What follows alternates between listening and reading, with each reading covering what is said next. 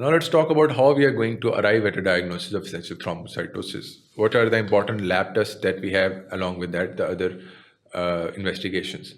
So to start off, the basic CBC or the complete blood count will show an increase in the platelet count. The normal platelet number is about 150 to 450 per microliters of blood. So any platelet count greater than 500,000 should raise a suspicion of thrombocytosis.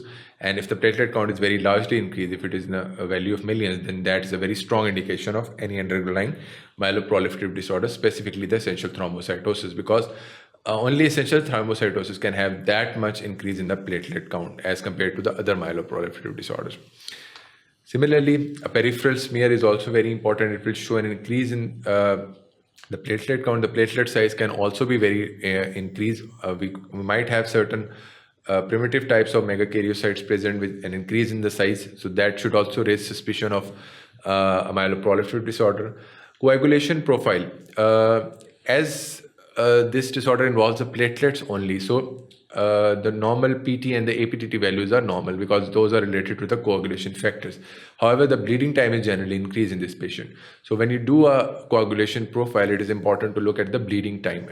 If there is just an increase in the bleeding time and the normal PT and APTT, then you should keep in mind that this is most likely a platelet disorder. Similarly, just as I explained, the bleeding time in the coagulation profile, this shows us a very good indication. Serum potassium, it is an interesting concept because with a large number of increase in the platelet count, those large cells during the coagulation process can lead to an increased efflux of potassium ions into the circulation. So when you do a normal electrolyte study, you might find out an increase in the potassium concentration.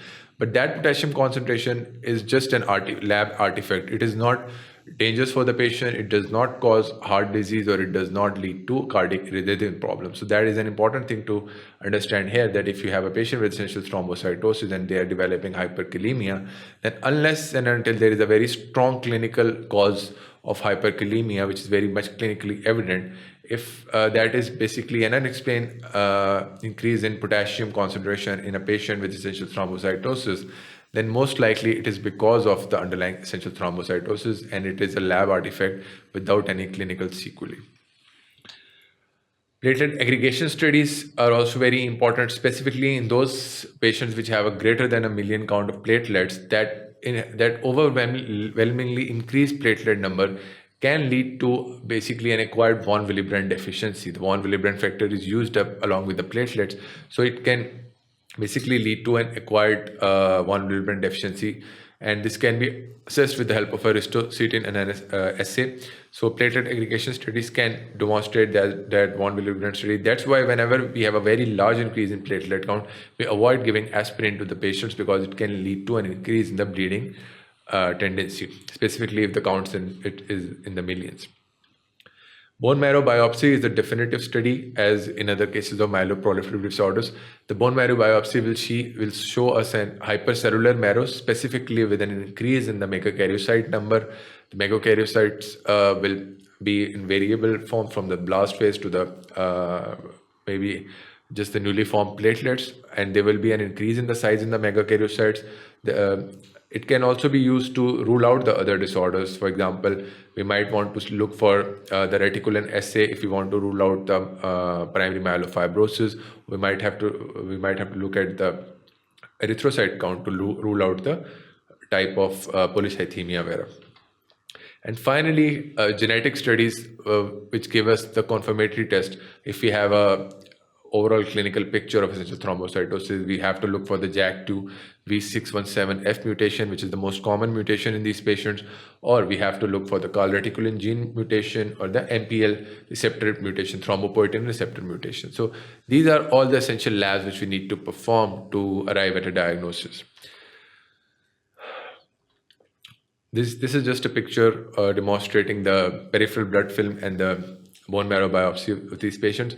As you can see that the platelet count is very largely increased in the peripheral blood film, and also in the bone marrow biopsy you can see these large increased size of the megakaryocytes. So these histological examinations also help us in confirming our suspicion of the diagnosis. Now let's talk about an important concept, which is the diagnostic criteria of of essential thrombocytosis. Since the clinical picture is very overlapping in all of these myeloproliferative disorders, so we have had certain types of diagnostic criteria preset to differentiate one type of myeloproliferative disorder from the other one. As we saw in the primary myelofibrosis, we had certain risk factor stratification scores like the DPSS scores. In case of essential thrombocytosis, we have a preset scenario set by the WHO in 2016, which give us a good diagnostic criteria. In this, we have four basic criterion starting from A1 to A4. And to arrive at a diagnosis of essential thrombocytosis, it is very important to have all the four criteria met. If three of the criteria are met out of the four, then that does not conclude a diagnosis of essential thrombocytosis. So we have to have all the criteria A1 to A4 satisfied to confidently diagnose a patient with essential thrombocytosis. In the A1, let's look at them one by one. In the A1 criteria, we have a platelet count which is greater than 450 microliters of blood. And A2, along with that increased platelet count, the bone marrow biopsy should show proliferation of the megakaryocyte lineage and an increase in the enlarged mature megakaryocytes. Now, along with these two things, it is also very important, which is evident in A3, that the criteria should not meet any other WHO criteria for the BCR-ABL positive mutation, which is basically a mutation for the CML, and it should also not meet the other criteria of polycythemia vera, primary myelofibrosis, or the other types of myelodysplastic syndromes, or any other type of myeloneoplasms. So basically, we have a set criterion for all the diseases.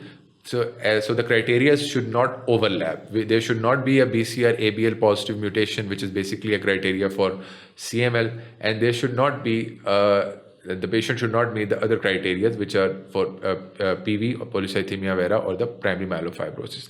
Along with that, the bone marrow picture should show proliferation of the megakaryocytes, and there should be an increase in the platelet count. And the final A4 lineage has two parts. Along with A1 to A3, the patient should either have a JAK-2 which is the most common mutation in these patients, or any other clonal marker with no evidence of reactive thrombocytosis. The reactive thrombocytosis generally involves all the other pathologies which we talked about in the etiology section of our course, which are the common ones being the common infections, inflammations, certain types of malignancies, iron deficiency anemia, hemorrhage. These are the most common causes of reactive thrombocytosis, in which the body reacts to these problems, causing an increase in the platelet count.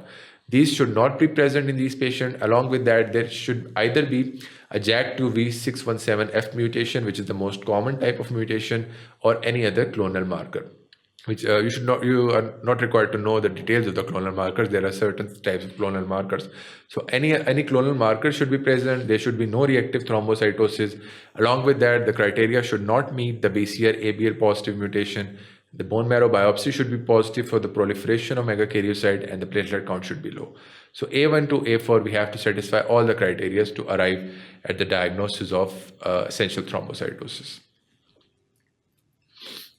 Now let's talk about certain types of differential diagnosis. This is basically a repetition of the previous etiology chart that we have. The common important terms to outside of the reactive thrombocytosis picture, which are the general disorders of inflammation, infection, the common ones to specifically differentiate the essential thrombocytosis is from the other myeloproliferative disorders like the CML or the polycythemia vera or the primary myelofibrosis.